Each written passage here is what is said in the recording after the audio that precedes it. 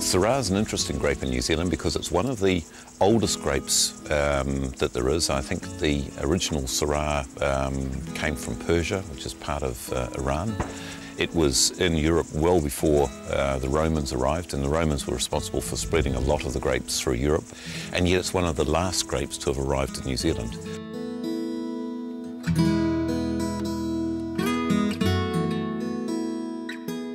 If you're looking at the grape as such, it particularly likes places like the Gimlet Gravels in Hawke's Bay, where you have that amazing little microclimate which gets an incredible ripeness of grapes. Also places in Waiheke grow really good Syrah. Relatively small amount of it planted by New Zealand standards, and certainly by world standards, a tiny amount of it planted, but the wines that are producing are fantastic.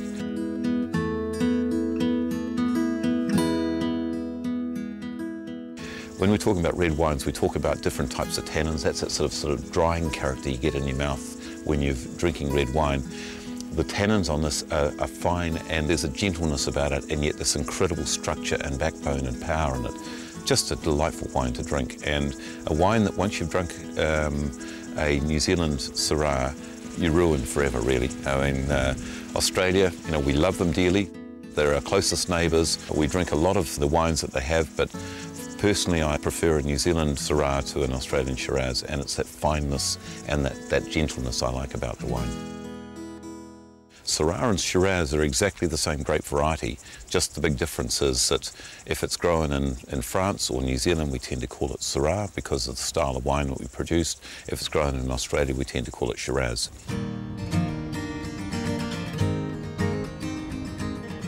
New Zealand has had this love affair with wine for the last 40 years, and it's a continuing love affair. There's new varieties coming on, and they're being embraced each time they're successful.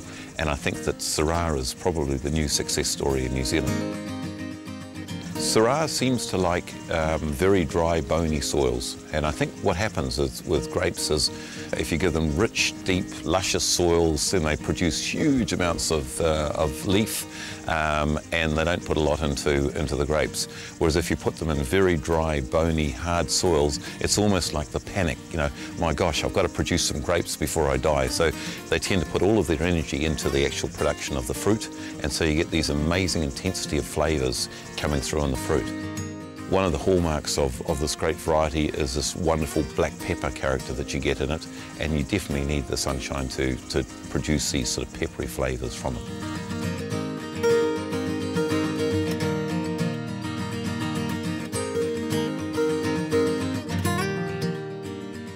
When you think that our nearest neighbour, Australia, is one of the great producers of Shiraz, you don't necessarily think of New Zealand as a Syrah producing country, and yet the Syrah we produce here is fantastic.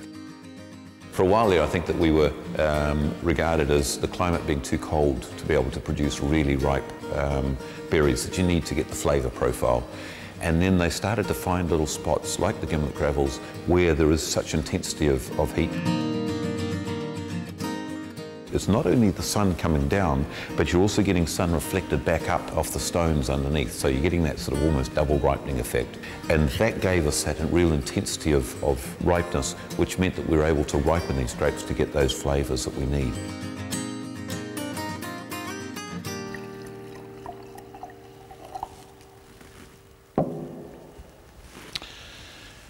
Red wine that's dark red, it has intensity of colour. Amazing nose, just sweet, sweet berry fruit and very ripe berry fruit. Not through into the jammy spectrum of being overripe, but just that lovely ripeness of fruit and a little bit of black pepper coming through on the nose.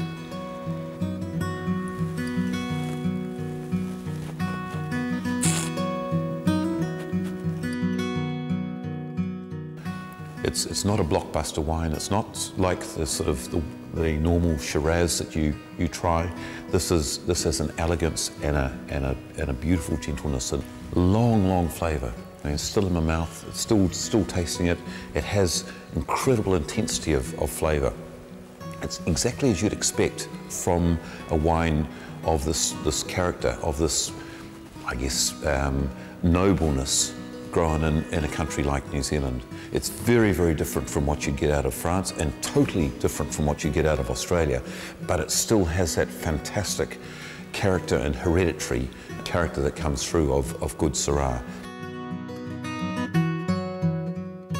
It's one of those wines that slips down your throat so easily. It has such finesse about it, and it has such gentleness about it that it's a very, very easy wine to drink and a delightful wine to drink.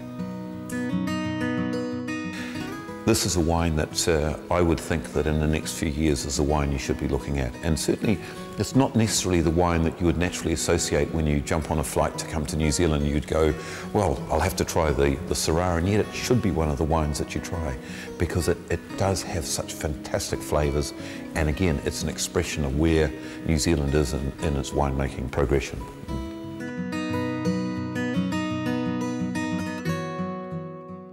This is a wine that will take a broad range of foods, but particularly the slightly heavier foods. Now, we've traditionally always said, you know, a Syrah is something that you match with a big piece of beef or a venison casserole, but it'll also work really well with duck. It'll work well with pâtés. Anything that's looking for a wine that has richness and texture and a bit of weight to it without being over the top, it'll work incredibly well with. All of New Zealand's wine areas are unique. I mean, everyone has its own particular character. You go into Central Otago and you've got these, what looks to be like little handkerchiefs of vineyards just plastered across the hills. Spectacular, lovely rivers. Here you've got this amazing valley system that as you fly into here, particularly at sunset, you just get the most spectacular views of the mountains. It's one of the flights in the world that you really need to do, and that is to fly into Blenheim late in the afternoon, early evening, and just look at those vineyards and the hills around. It's absolutely beautiful.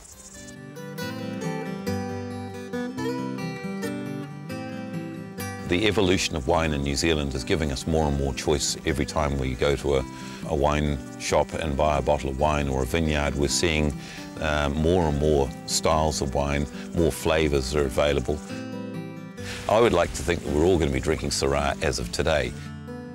I think the big problem that we have is that it's very easy when you've got a lot of good wines to find a favourite and just stick with that favourite, whereas in reality what you should be doing is for every wine that you buy that's a style that you already know and like, you should buy something you've never heard of and try that, because that's really what the excitement of wine in this country is trying all these different flavours.